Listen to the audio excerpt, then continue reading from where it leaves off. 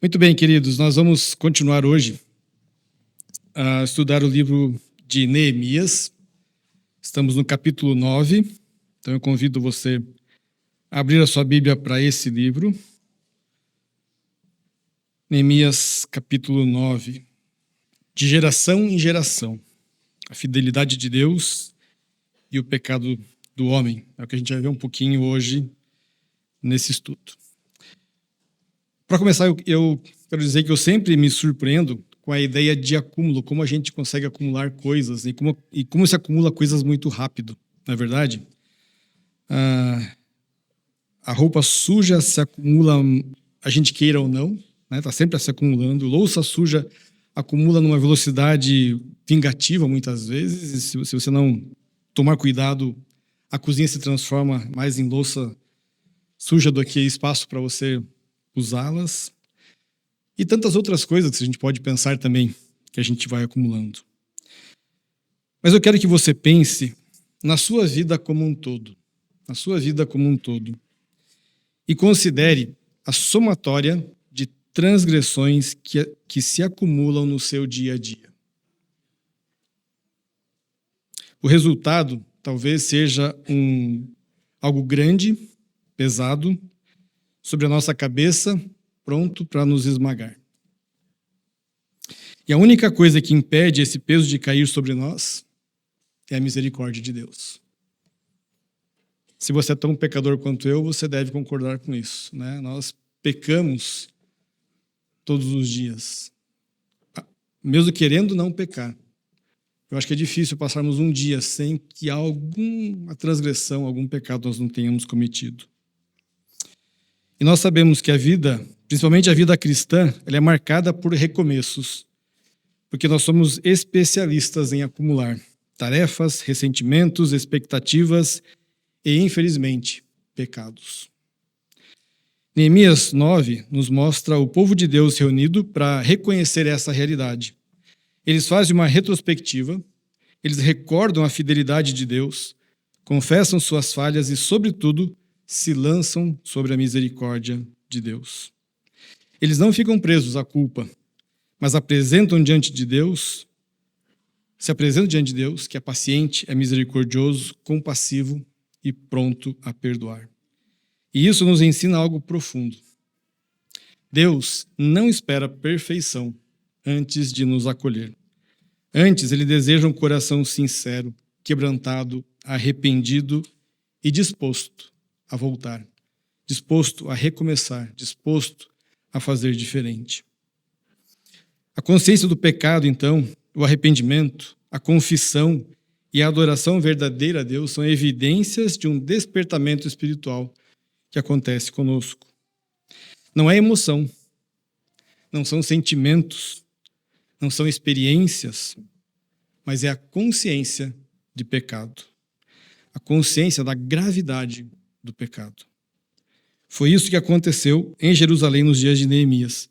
E hoje nós vamos estudar o que pode ser considerado um dos momentos mais comoventes e profundos da história de Israel, onde encontramos um retrato vívido de um povo quebrantado de coração diante de um Deus santo, justo e fiel.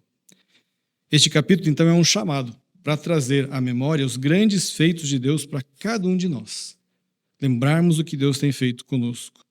Um chamado ao arrependimento dos nossos pecados e um chamado à verdadeira adoração. Israel havia voltado do exílio da Babilônia, reconstruído o templo, reconstruído os muros, e agora, nós vamos ver no texto, com jejum, oração, vestidos de panos de saco, com terra sobre a cabeça, estão conscientes da recorrência do pecado nas suas vidas, mas lembram também da grandeza da misericórdia de Deus. Neemias 9 também é uma oração coletiva e a mais longa registrada na Escritura.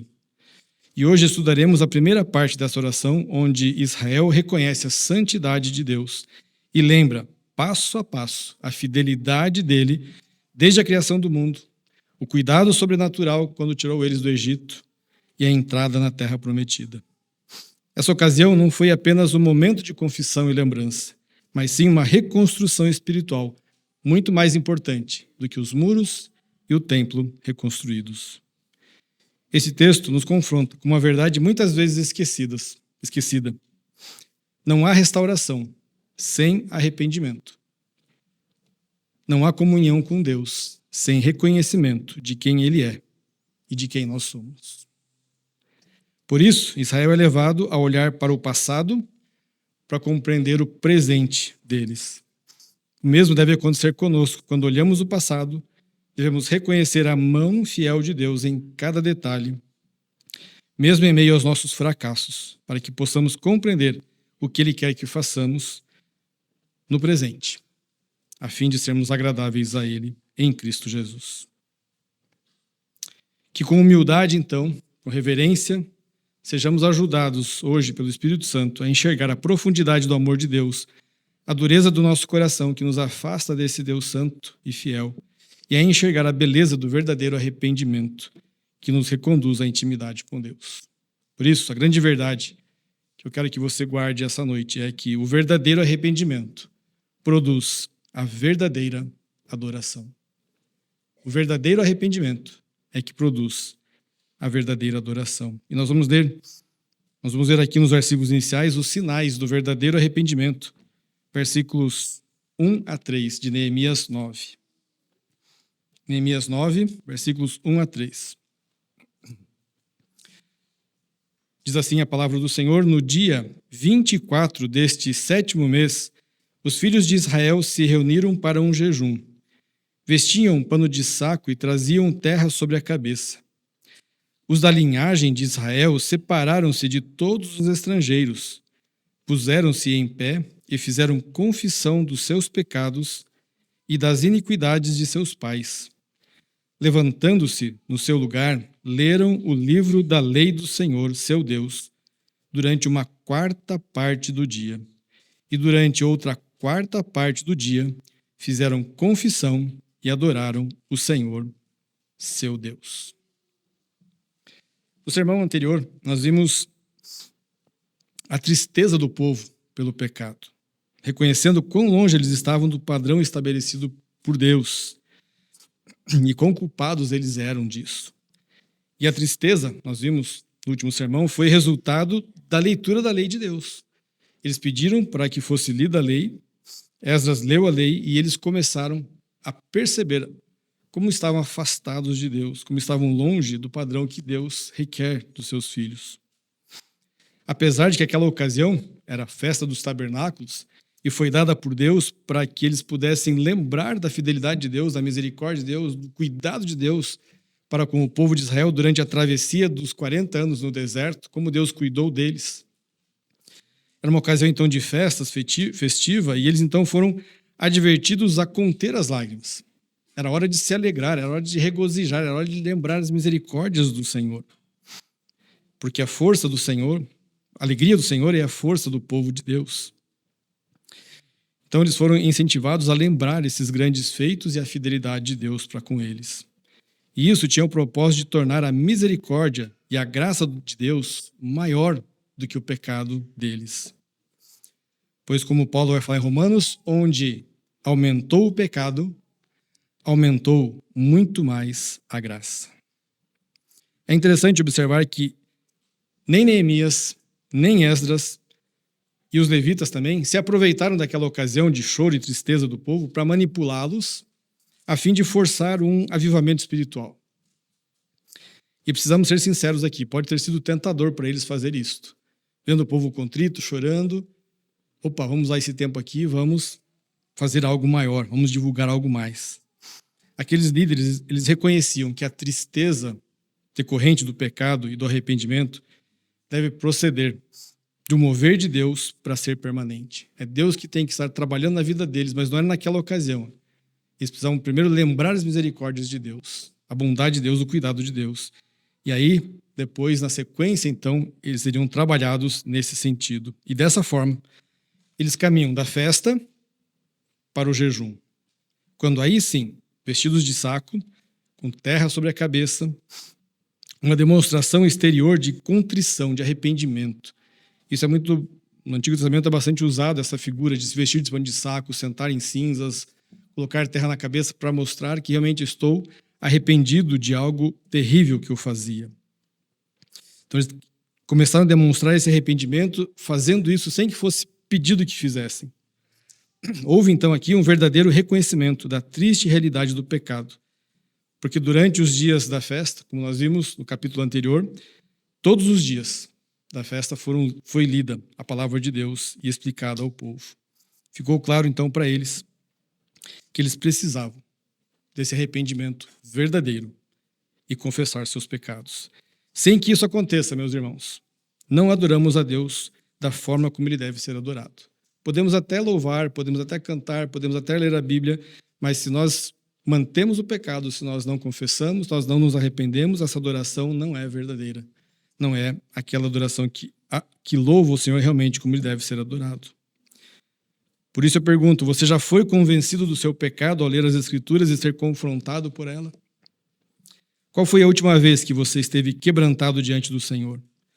Qual foi a última vez que você viu a necessidade de jejuar por causa dos seus pecados e do pecado do povo de Deus? Qual foi a última vez que você adorou a Deus após reconhecer sua miséria e ser alcançado pelo favor do Senhor? Isso já aconteceu com você pelo menos uma vez na sua vida? Ou você não se vê pecador ainda? Não percebe a conformidade do mundo na sua vida mais do que a vontade de Deus? Você acha que tudo vai bem, mesmo que você não se importe com o reino de Deus e a justiça de Deus? O verso 2 ele traz algo interessante para nós observarmos. O verdadeiro arrependimento ele passa por uma separação de tudo que Deus condena. Você já pensou nisso? Veja o verso 2. Diz ali: os da linhagem de Israel separaram-se de todos os estrangeiros.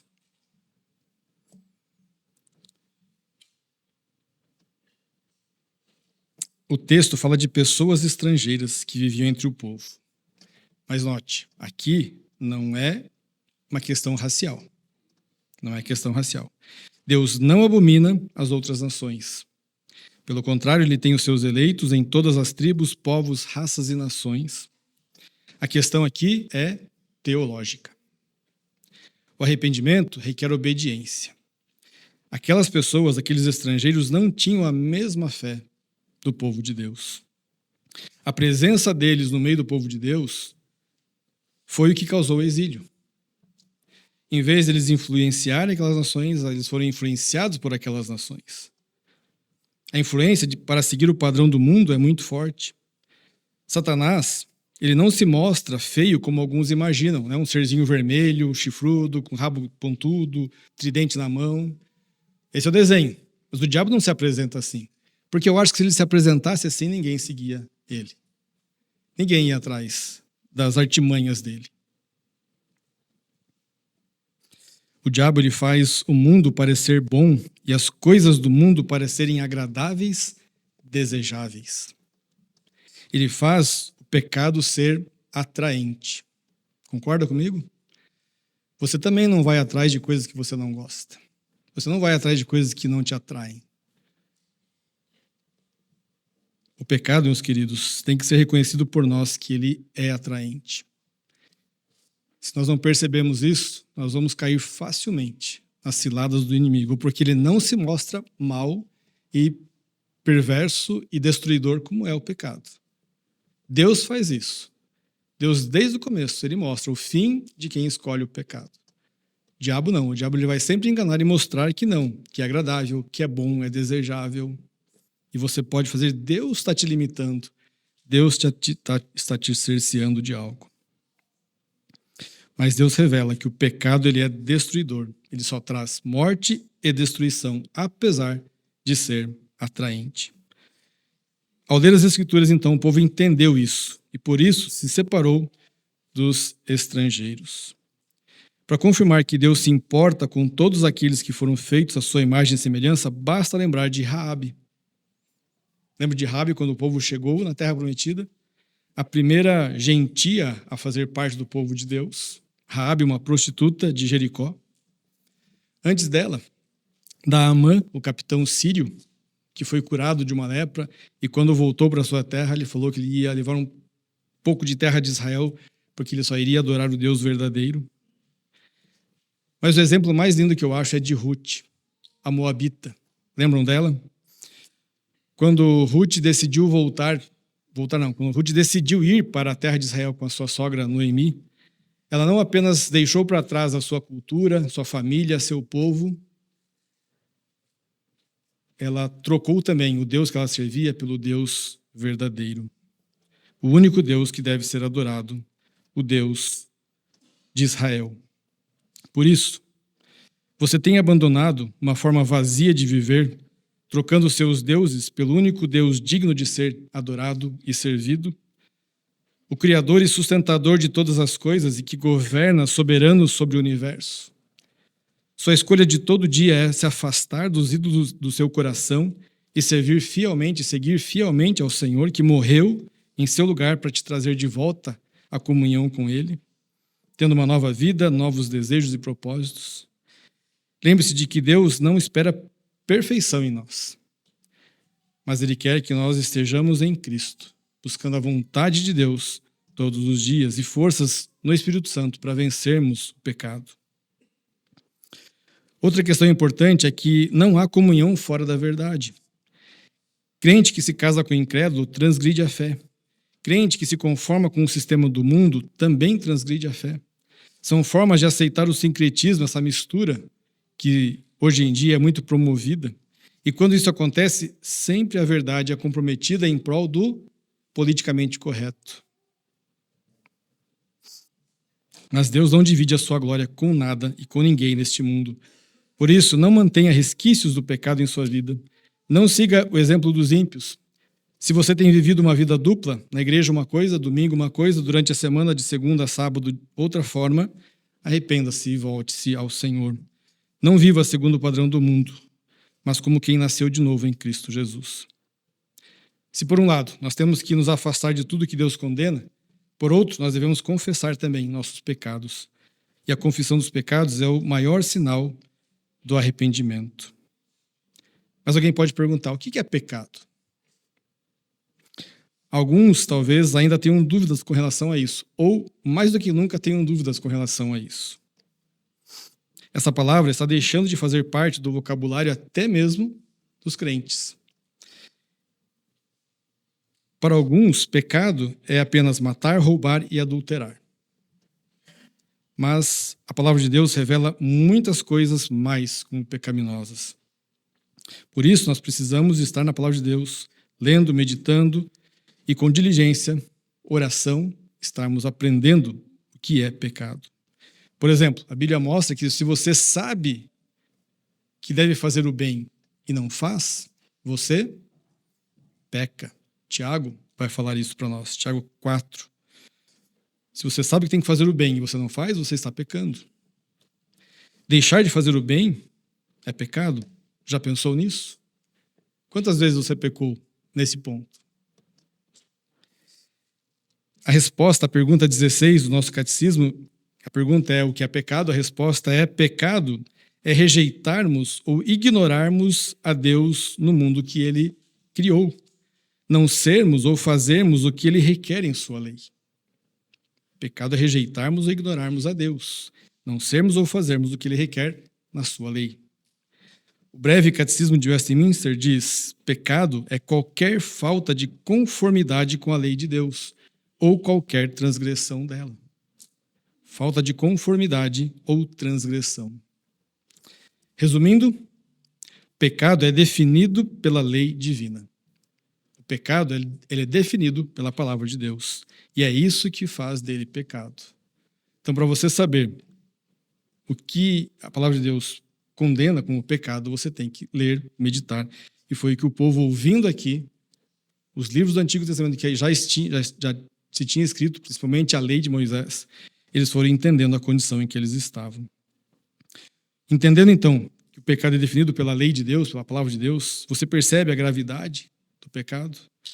Para nós, é impossível fazer o que a lei de Deus requer se nós não estivermos em Cristo e vivendo pelo Espírito. Ninguém consegue atingir o padrão de Deus, nem mesmo você, que se acha uma pessoa boa, correta. Se você acha que consegue, Leia Romanos 3, 23. Leia o Novo Testamento. Depois a gente senta e conversa, com um cafezinho junto, tá bom? Agora note. Note o que aconteceu aqui. Depois que eles reconheceram isso, se afastaram, então, daquilo que Deus não agrada a Deus, eles se levantaram, não apenas para confessar os seus pecados. Verso 3 diz que eles também confessaram as iniquidades dos seus pais. Eles entenderam que são o povo de Deus, e a lei mostra que o pecado de um afeta todo o povo de Deus. Não foi aconteceu? Nós vemos vários textos do Antigo Testamento mostrando isso. O pecado de Acã, foi ele que pecou, mas todo o povo sofreu. E tem várias histórias do Antigo Testamento que mostram isso. O pecado de uma pessoa, a tragédia que trouxe, a situação difícil que trouxe para o povo de Deus. Nós somos um corpo em Cristo. Isso significa que o pecado individual de cada um de nós afetará o corpo de Deus, o corpo de Cristo. Por isso, o Novo Testamento vai incentivar que nós devemos confessar os nossos pecados para sermos sarados. Parece que em nossos dias o pensamento e o ensino é exatamente oposto a isso. Não apenas no mundo, mas também dentro da igreja. Hoje, se alguém faz uma referência aos pecados dos pais, é para ter uma desculpa para os seus próprios pecados, em vez de assumir a responsabilidade. Por exemplo, meu temperamento é assim, mas eu herdei isso do meu pai. Não sou eu que sou pecador, é meu pai que era assim, então eu sou assim porque eu sou descendente dele. Outra que é comum também, se você soubesse o que eu enfrentei na minha vida, você ia saber por que eu acho dessa forma. De onde eu venho, todos fazem isso. E isso está correto dentro da psicologia e da psiquiatria, que incentivam esse padrão da queda de transferência de culpa. Senhor, foi a mulher que tu me deste. Não, mas foi a serpente que falou. No final das contas, foi Deus o culpado por ter acontecido o pecado. O peso, na visão humana, né?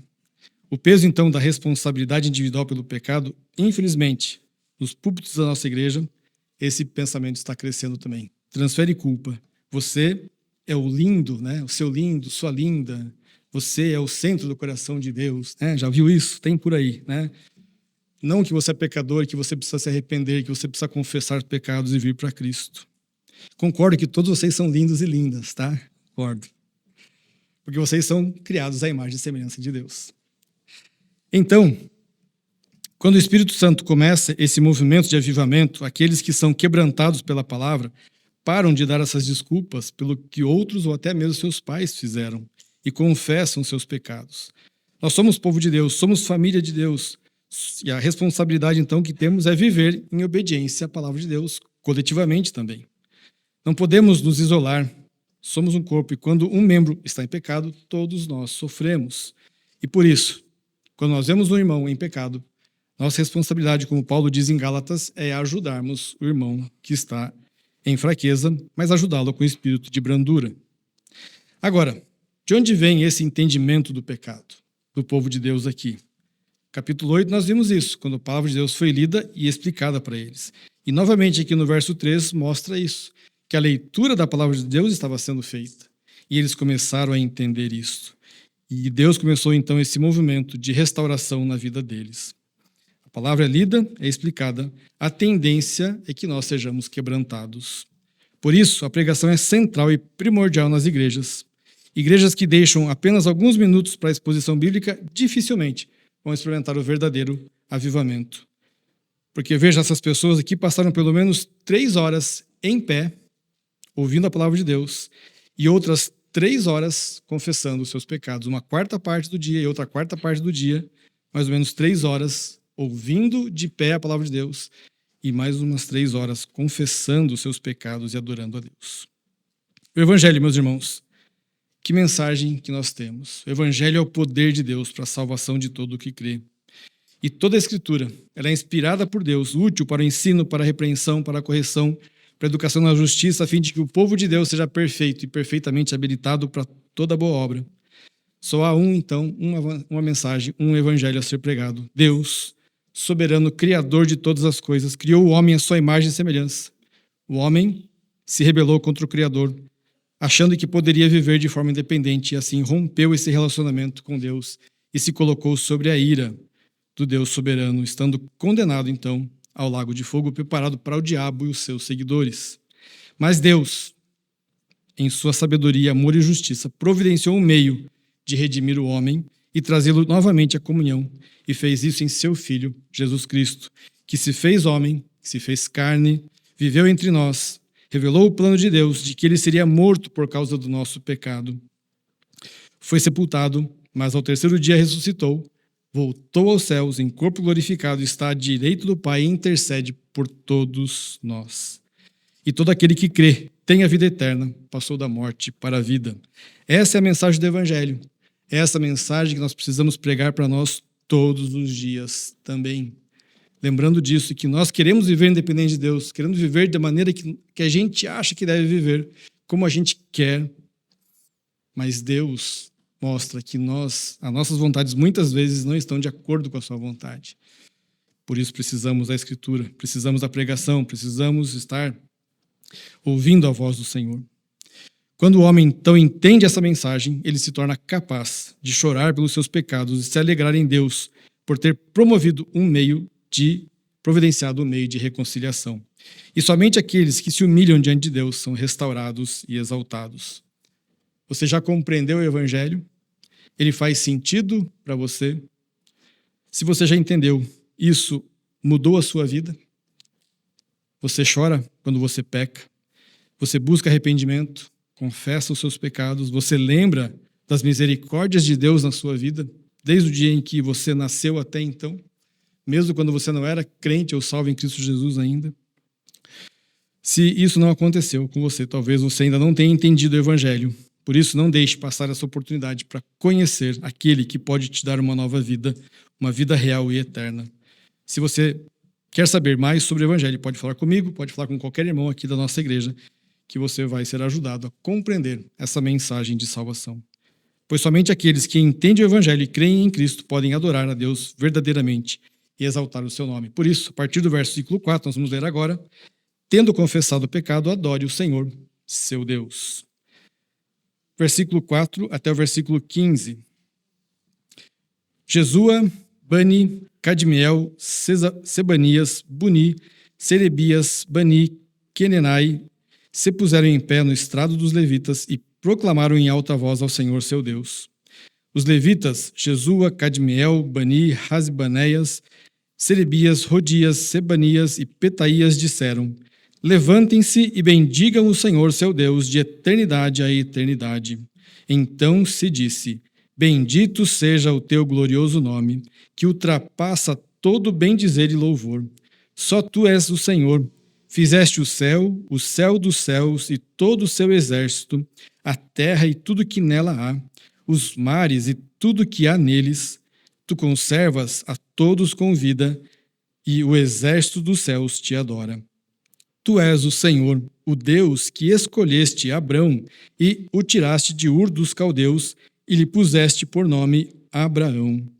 Achaste o seu coração fiel diante de ti e com ele fizeste aliança para dares à descendência dele a terra dos cananeus, dos heteus, dos amorreus, dos ferezeus, dos jebuseus, dos girgazeus e cumpriste as tuas promessas porque és justo. Viste a aflição dos nossos pais no Egito e ouviste o clamor deles junto ao Mar Vermelho. Fizeste sinais e maravilhas contra Faraó e seus servos e contra todo o povo da sua terra, porque soubeste que os trataram com arrogância e assim adquiriste a fama que tens até o dia de hoje. Dividiste o mar diante deles, de maneira que o atravessaram em terra seca. Lançaste os seus perseguidores nas profundezas como uma pedra nas águas impetuosas. Tu os guiaste durante o dia com uma coluna de nuvem e durante a noite com uma coluna de fogo, para iluminar o caminho por onde deviam seguir. Desceste sobre o monte Sinai, do céu falaste com eles e lhes deste juízos retos, leis verdadeiras, estatutos e mandamentos bons. Tu lhes deste a conhecer o teu santo sábado e lhes deste mandamentos, estatutos e leis por meio de teu servo Moisés. Quando estavam com fome, lhes deste pão dos céus, e quando estavam com sede, fizeste brotar água na rocha, e lhes disseste que entrassem para tomar a posse da terra que com juramento prometeste dar a eles. O verso 3, ele termina mencionando o povo adorando a Deus, seu Deus, e fez isso com o coração alegre, por causa do arrependimento e da confissão dos pecados. A oração deles, então, começa com eles exaltando o nome de Deus. Versículo 5, bendito seja o teu nome. O nome de Deus, queridos, ele é mais digno, mais exaltado e mais majestoso do que os nossos limitados louvores possam expressar. Mas eles querem que o nome de Deus seja exaltado acima de todas as bênçãos e louvores. E o Senhor merece toda a adoração do seu povo. Louvar a Deus, então, é falar bem dele e dos seus feitos gloriosos. E é o que eles fazem nessa oração, que eles começam aqui e vai o capítulo todo, que nós vamos estudar na sequência. Ao bem dizer então o nome de Deus, eles reconhecem Deus como Criador, no verso 6. E ao afirmar que Deus é Criador, a Bíblia destrói as bases todas do ateísmo, do agnosticismo, do panteísmo, do deísmo. Ela combate a evolução teísta e a eternidade da matéria, a evolução das espécies. Deus é o Criador do mundo físico e espiritual, e tudo o que ele fez é bom. Devemos então nos unir àquelas pessoas nessa verdade e afirmar que há essa verdade absoluta. Deus é o Criador e o sustentador de tudo. É Deus quem faz a semente brotar no solo e assim renova a terra, Salmo 104. É Deus quem dá vida, a saúde, o alimento, a proteção, a paz, o sustento e até o seu dinheiro. Todo ouro e prata são meus, diz o Senhor, Ageu 2:8. É Deus quem faz a chuva cair e o sol brilhar sobre bons e maus, Mateus 5. É Deus quem alimenta os pássaros, veste as plantas, abastece as fontes de água e enche a terra da sua bondade. Ele nos dá o pão de cada dia e a força para trabalhar e desfrutar das boas coisas da criação. Há uma história, no período da Revolução Francesa, em que um perseguidor dos cristãos chegou numa vila e abordou um camponês dizendo: eu vim aqui para rasgar a sua Bíblia, queimar o templo da sua igreja e banir da sua mente essa tola ideia de Deus. O camponês, com ousadia de um grande homem, respondeu àquele senhor: o senhor pode rasgar a minha Bíblia. O senhor pode queimar o templo da minha igreja. Mas antes que o Senhor consiga banir da minha mente a ideia de Deus, primeiro o Senhor terá de apagar as estrelas do firmamento, porque enquanto elas brilharem, anunciar-me-ão a glória de Deus. Ele podia não ter a Bíblia, podia não ter o templo para adorar, mas ele sabia que enquanto o mundo existir, enquanto o universo existir, há um Deus em que nós devemos confiar. Continuando então a oração, o povo de Deus declarou que Deus era o seu Senhor, aquele que é soberano do universo, que está sentado no trono de comando, dirigindo toda a história. Deus é quem levanta e destitui reis. Você tem um texto bíblico que mostra muito disso. Reis, não só de Israel, de outras nações, Deus fazendo esse movimento, tirando nações e levando para outros locais. Deus é quem faz todas as coisas conforme o conselho da sua boa e perfeita vontade. A história, então, não é um acaso. Ela não caminha para o caos, mas foi escrita pelo Deus soberano e ele está conduzindo ela para o fim que ele planejou. Sendo o Senhor, então, também, eles reconhecem que ele elege quem ele quer, segundo os seus propósitos. E eles lembram da escolha de Abrão, o pai da nação israelita. E ao escolher Abrão, Deus estava revelando, já ali, na escolha de Abraão, e fazendo aliança com Abraão, que ele tem escolhido, antes da fundação do mundo, texto que foi lido hoje aqui no começo do culto, antes da fundação do mundo, ele escolheu aqueles que ele vai salvar em Cristo Jesus. Todos os que ele salvará por sua livre graça, Efésios 2:8. Quando Deus escolheu Abraão, tirou ele de Ur dos Caldeus e disse a ele: em você, Abraão, todas as famílias da terra serão benditas. Aqueles que creem em Cristo Jesus fazem parte dessa bênção que Deus, dessa aliança que Deus fez com Abraão, de abençoar todas as famílias da terra. Você crê, então, na doutrina bíblica da eleição, de que Deus, em Cristo, escolhe quem Ele quer salvar e os torna santos e irrepreensíveis para Ele mesmo, de qualquer nação, povo, raça, tribo?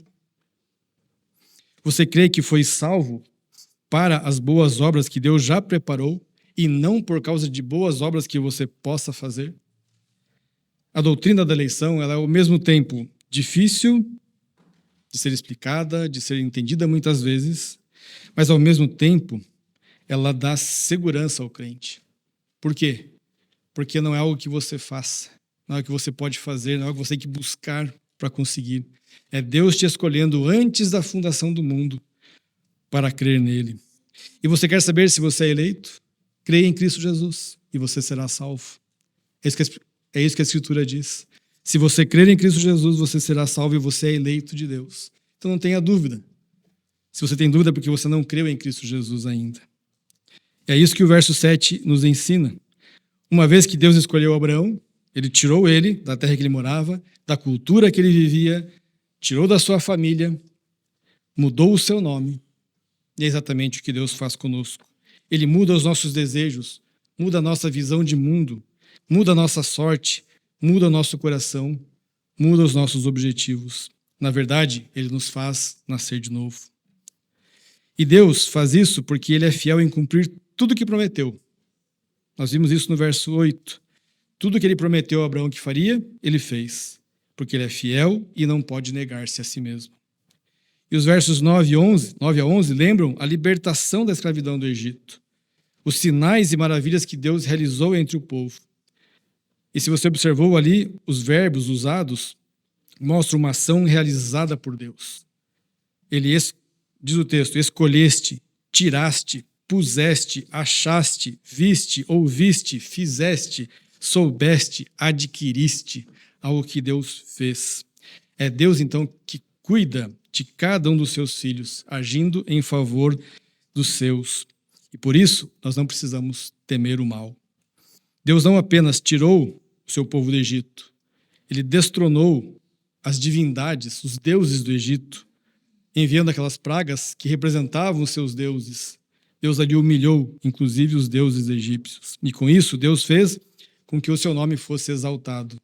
E se você lembra do livro de Josué, na conquista da terra, as nações que ali viviam lembravam do que tinha acontecido, isso vários anos depois, lembrando ainda do que tinha acontecido no Egito, da mão de Deus sobre o Egito, trazendo temor àquelas nações quando viram o povo entrando na terra.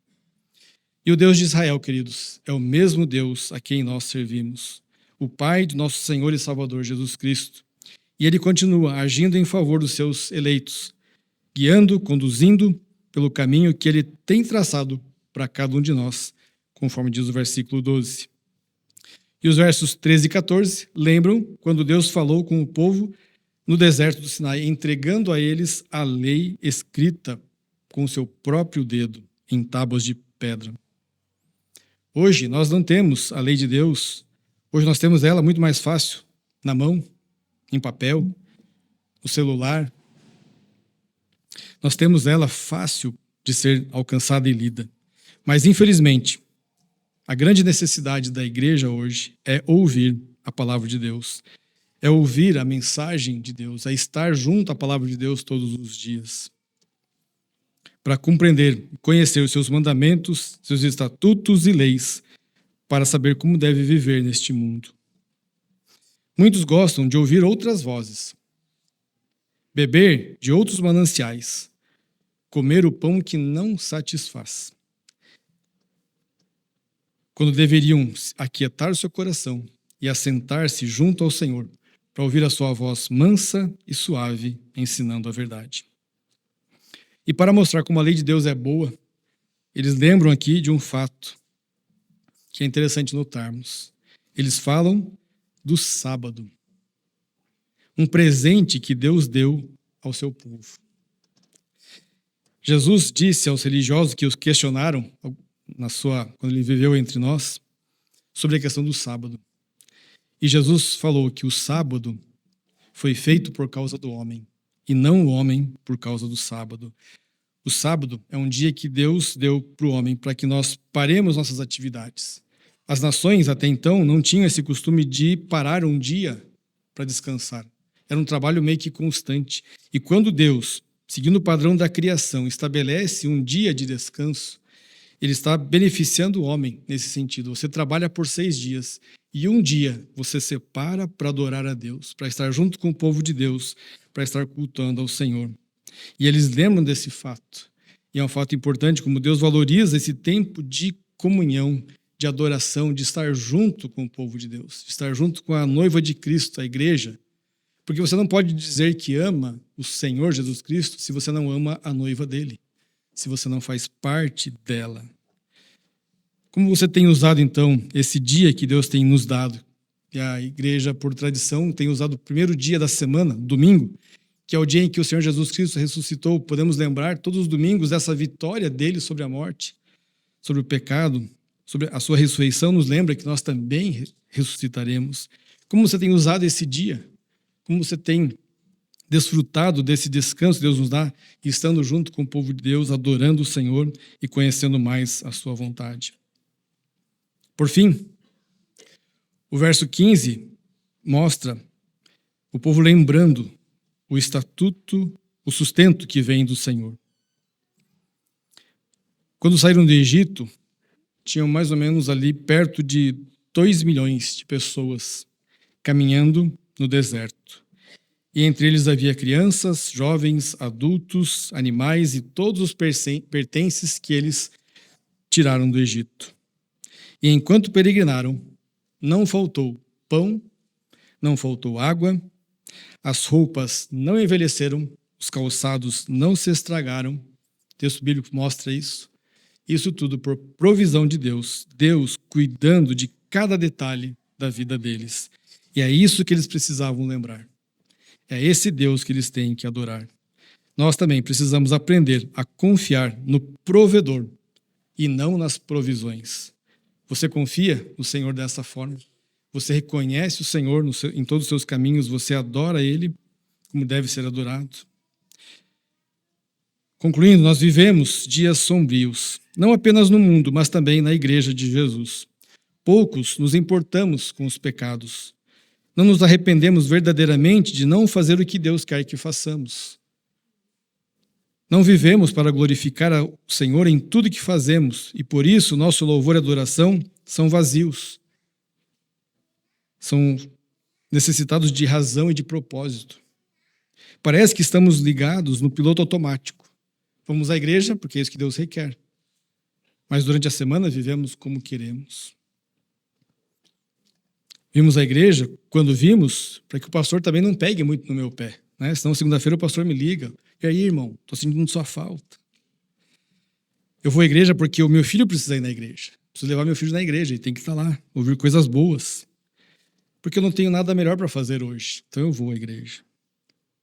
Precisamos nos aproximar da palavra de Deus, a Bíblia, e ler, meditar no que Deus quer nos ensinar. E quando Ele mostrar inconformidade em nós, que possamos nos arrepender. Com jejum, se for necessário, para que sejamos restaurados e assim possamos adorar verdadeiramente o nosso Deus. Com gratidão no coração, lembrando os gloriosos feitos do Senhor por nós. Lembrando que as suas misericórdias se renovam cada dia. Lembrando que onde o pecado abunda, onde abundou o pecado, a misericórdia de Deus, a graça de Deus abundou muito mais. Foi muito mais presente. Então abandone os pecados, deixe, evite, fuja, lute contra, busque ajuda se necessário e adore o Senhor. Reconheça Ele em todos os seus caminhos e Ele vai te ajudar, Ele vai te fortalecer. Terminando, há algo na sua vida que você tem acumulado e que tem te afastado de Deus, que tem te feito viver no automático, sem reconhecer o Senhor? Se há algo, você já confessou os seus pecados e tem confiado na misericórdia de Deus, no perdão disponível em Cristo? Você tem desejo de seguir os mandamentos do Senhor? Você tem mais consciência dos seus pecados ou da fidelidade de Deus? Você se apega mais à sua fraqueza ou à misericórdia, à fidelidade de Deus na sua vida? Quando você se agarra mais à fidelidade, você vai pecar cada vez menos, porque você confia naquele que te salvou, naquele que te tirou do império de trevas, te trouxe para o reino do Filho amado, que te deu uma nova vida, que te dá agora a oportunidade de conhecê-lo através da sua palavra e viver segundo a sua vontade. Então que Deus te ajude nessa semana a sondar o seu coração, a examinar o seu coração, seus desejos e ver o que está ainda longe do padrão de Deus, longe daquilo que Deus quer dos seus filhos. Não vai ser perfeito. Queridos, não vai ser perfeita a nossa vida neste mundo. Enquanto estivermos nesse corpo de pecado, nós vamos lutar. O que nós não podemos é estar conformados a isto. Não devemos acumular pecados na nossa vida. Devemos nos afastar dele e buscar o Senhor. Que assim seja conosco todos os dias. Por isso, convido você a baixar sua cabeça, fechar seus olhos e vamos orar ao Senhor.